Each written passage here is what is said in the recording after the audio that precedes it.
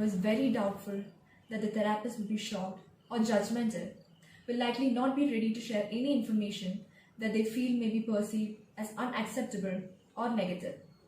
And this can lead to the withholding of important information from the therapist, and this withholding can have a very negative impact on the therapeutic relationship, and this in turn will affect the healing or recovery that the client wants to gain from therapy.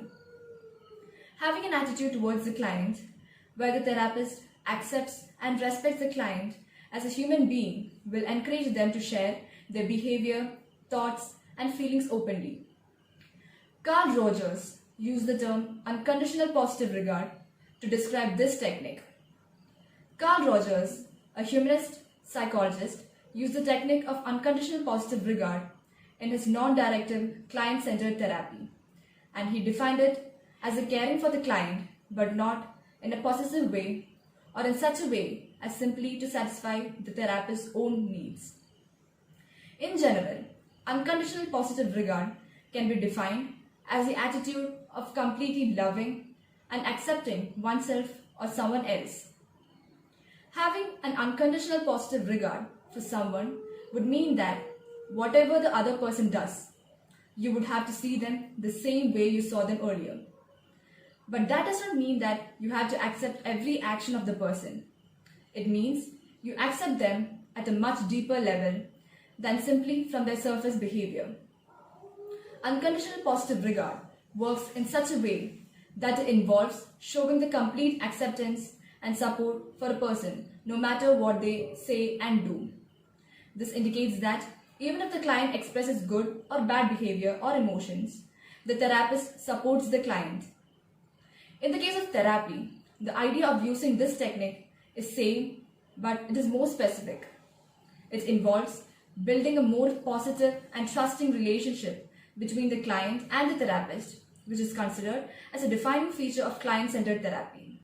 In the following conversation that is happening between the therapist and the client shows a client who is 17 years old.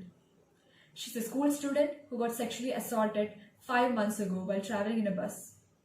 She had not been able to open up about the incident to anyone. She was previously a very active person, and now, after this incident, she had withdrawn herself from everyone and likes being alone. So the teacher has reported that she was not attentive in class and her grades are getting low. And this is the third session with the therapist. So let's start our conversation with our client. So, hello Rachel, how are you? Yeah, I'm good. So, how are things in class? Oh, yeah, it's pretty good. Last week our ma'am asked us to do an activity which is a group activity. I wanted to do really good, but I could not. Okay, what about the homework I gave you? Did you try talking to yourself and in front of the mirror? And also, did you try talking to your friends? Yeah, I pushed myself to stand in front of the mirror and talk. Initially it was a bit embarrassing, but it was good. Okay, and did you try talking to your friends? Yeah, I actually wanted to do, but I spoke with her, but only regarding the class matters. That's it. alright. You don't have to force yourself to talk to anyone. You can take your time. And it's really good that you could talk to yourself in front of the mirror. And how do you feel about it, talking to yourself in front of the mirror? Initially, it was very much difficult because I felt kind of awkward and embarrassment. And I also thought that people would take mad over me because pushing myself in front of the mirror and talking to myself. But when I did it for 2 to 3 days, it gave me a very good experience. It was good.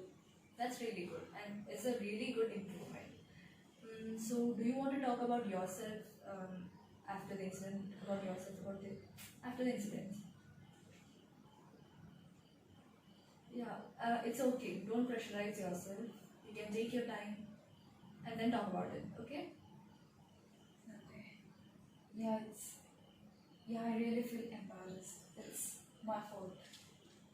Don't consider it as your fault because it is not your fault something like this happened to you. Okay, and you can consider this as a very safe place where you can talk about anything that you want to, anything that concerns you. Okay, and there's no one here to judge you, and you can take your time to speak about it.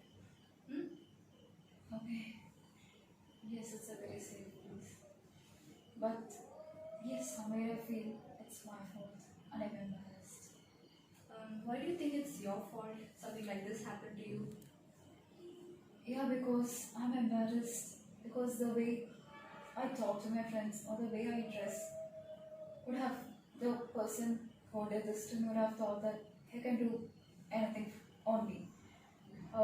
He would have also thought that uh, I I will not be able to question him.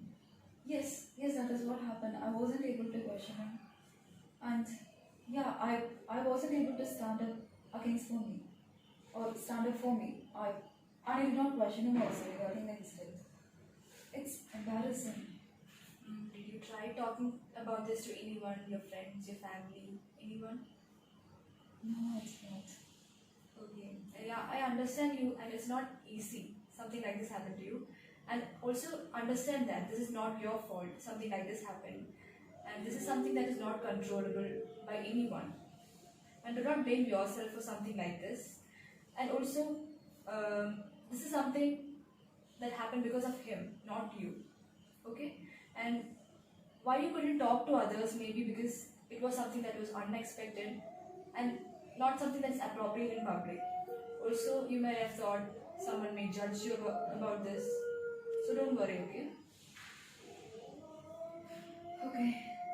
So this is not something your fault. Don't blame yourself, and always know that there are people here to support you, to help you overcome this. And you should also know that you are really brave and courageous to come forward and speak about this and open up about this. Opening up is something that will help you heal very fast. Okay? Yeah. Yeah, I feel a bit relieved now. Yeah, that's really good. And yeah, we'll meet in the next session and just continue your homework again. Try conversing with your friends and in front of the mirror. Okay? Sure. Thank you.